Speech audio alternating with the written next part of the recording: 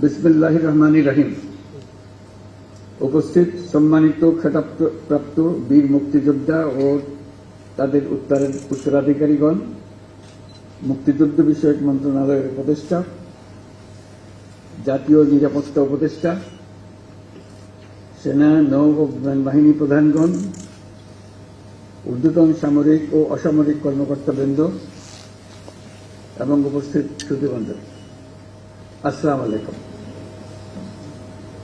1971 সালের এই দিনে আমাদের সশস্ত্র বাহিনীর অকুতোভর সদস্যবৃন্দ এবং বাংলাদেশের আপামর জনসাধারণ সম্মিলিতভাবে দখলদার বাহিনীর বিরুদ্ধে সমন্বিত অভিযান সূচনা করে। সেই ঐতিহাসিক অভিযানের ফলে আমাদের বিজয় ত্বরান্বিত হয় এবং সৈনিক জনতার অভূতপূর্ব আত্মত্যাগের ফলশ্রুতিতে আমরা স্বাধীন ও সার্বভৌম বাংলাদেশ অর্জন করি। আমি আজ গভীর শ্রদ্ধার সাথে স্মরণ করছি স্বাধীনতা যুদ্ধে শাহাদত বরণকারী সকল বীর শহীদদের এবং মহান আল্লাহর দরবারে তাদের বিদেহী আত্মার মাগফিরাত কামনা করছি। আমি সকল বীর মুক্তিযোদ্ধা পরিবারের সদস্য এবং সম্মানিত যুদ্ধাহত বীর মুক্তিযোদ্ধাগণের প্রতি আন্তরিক শ্রদ্ধা জ্ঞাপন করছি। তাদের পরিবারে অনেকে আজকে উপস্থিত আছেন, তাদেরকে আবারও সালাম জানাচ্ছি। একই সাথে আমি গভীর শ্রদ্ধার সাথে স্মরণ করছি জুলাই শহীদদের। সশস্ত্র বাহিনী বিভাগের এই আয়োজনে যে সকল খেতাবপ্রাপ্ত বীর মুক্তিযোদ্ধা ও তাদের উত্তরাধিকারীগণ উপস্থিত আছেন, তাদের জন্য রইল আমার বিনীত শ্রদ্ধা।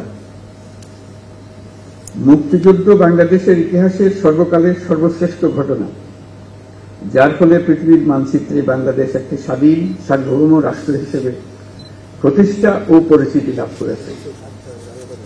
দেশ স্বাধীন করার মহান ব্রত নিয়ে 71-এর 25শে মার্চ রাত থেকে বাঙালি সেনারা সেনানিবাস ত্যাগ করে সশস্ত্র যুদ্ধে ঝাঁপিয়ে পড়ে। একই সাথে এই দেশের কৃষক, শ্রমিক, ছাত্র জনতা, সাধারণ মানুষ সকলে যা কিছু আছে তাই নিয়ে যুদ্ধে অংশ নেওয়ার জন্য এই যুদ্ধে একটি জনযুদ্ধে রূপান্তরিত হয়। মহান মুক্তিযুদ্ধকে সাংগঠনিক রূপ দেওয়ার জন্য এক পর্যায়ে যুদ্ধরত সকল বাহিনীকে বাংলাদেশ ফোর্সেস নামে সংগঠিত করা হয় এবং সমগ্র বাংলাদেশকে 11টি সেক্টরে ভাগ করে সাহসিকতার সঙ্গে যুদ্ধ পরিচালিত হয়। তৎকালীন পাকিস্তান নৌবাহিনীতে কর্মরত বাংলাদেশি সাবমেরিনার ও নাবিকদের সমন্বয়ে গড়ে ওঠা মুক্তিযুদ্ধের নৌ কমান্ডো দল অপারেশন জ্যাকপট নামে দুঃসাহসী আক্রমণ পরিচালনা করে বিভিন্ন নদী বন্দরে খাদ্য রসদ বোঝাই শত্রু জাহাজ ডুবিয়ে দেয় এবং বিমান বাহিনীর সদস্যদের নিয়ে গঠিত কিলোফ্লাই চট্টগ্রাম ও নারায়ণগঞ্জের জ্বালানি ডিপো সহ বিভিন্ন গুরুত্বপূর্ণ স্থাপনায় সফল আক্রমণ পরিচালনা করে।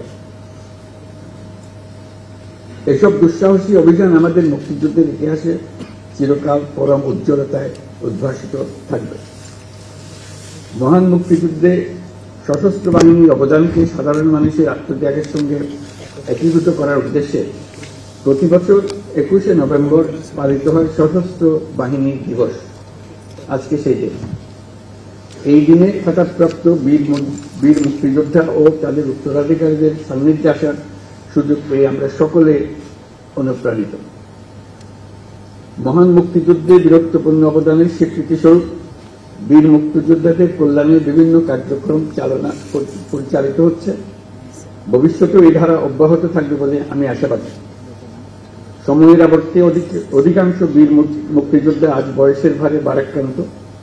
দেশের বিভিন্ন স্থানে ছড়িয়ে থাকা বীর মুক্তিযোদ্ধাদের আনুষ্ঠানিকভাবে সম্মান জানানোর জন্য সশস্ত্র বাহিনী বিভাগ, সেনা, নৌ, বিমান বাহিনী প্রতি বছর সশস্ত্র বাহিনী দিবস উদযাপনকালে যে উদ্যোগ নিচ্ছে তা নিঃসন্দেহে প্রশংসনীয়।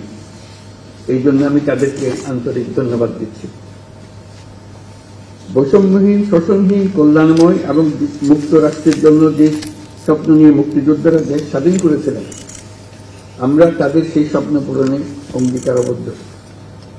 আমরা এখন থেকেই বাংলাদেশকে এমনভাবে গড়তে চাই যেন দেশের জনগণের সকল বাংলাদেশ যেন বিশ্বের দরবারে একটা মানবিক কল্যাণকর রাষ্ট্র হিসেবে সমাদৃত হয়। প্রযুক্তি, অর্থনীতি ও সামাজিক উন্নয়নের ক্ষেত্রে উন্নত বিশ্বের সাথে তাল মিলিয়ে আমাদের এগিয়ে যেতে হবে। সেই লক্ষ্যে আমাদের তরুণ সমাজ যেন সম্পদের সীমাবদ্ধতা থাকা সত্ত্বেও মেধার ভিত্তিতে নিজ নিজ সৃজনশীলতার বিকাশ ঘটিয়ে দেশ গঠনে অবদান রাখতে পারে, আমাদের সেই পরিবেশ নিশ্চিত করতে হবে। জুলাই 2024 নতুন বাংলাদেশ গড়ার যে সুযোগ ছাত্র জনতার সাহস ও আত্মত্যাগের বিনিময়ে আমরা অর্জন করেছি, সেটাকে কাজে লাগিয়ে আমাদের সুন্দর সমৃদ্ধশালী ভবিষ্যৎ গড়তে হবে। বীর মুক্তিযোদ্ধা, শহীদ, আহত এবং জীবিত ছাত্র জনতার কাছে আমরা প্রতিজ্ঞাবদ্ধ থাকতে চাই, যেন তাদের দেওয়ার সুযোগ কাজে লাগিয়ে আমরা বাংলাদেশকে পৃথিবীর সামনে গণতান্ত্রিক উত্তরণের একটি দৃষ্টান্ত হিসেবে উপস্থাপন করতে পারি। আজকের এই দিনে খেতাবপ্রাপ্ত মুক্তিযোদ্ধা এবং তাদের উত্তরাধিকারীদের সম্মাননা প্রদানের সুযোগ তৈরি করে দেওয়ার জন্য আমি সশস্ত্র বাহিনী বিভাগ সহ সকল সংশ্লিষ্টকে আন্তরিক ধন্যবাদ জানাচ্ছি।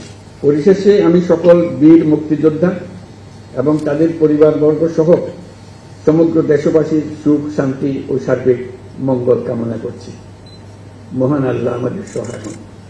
ধন্যবাদ।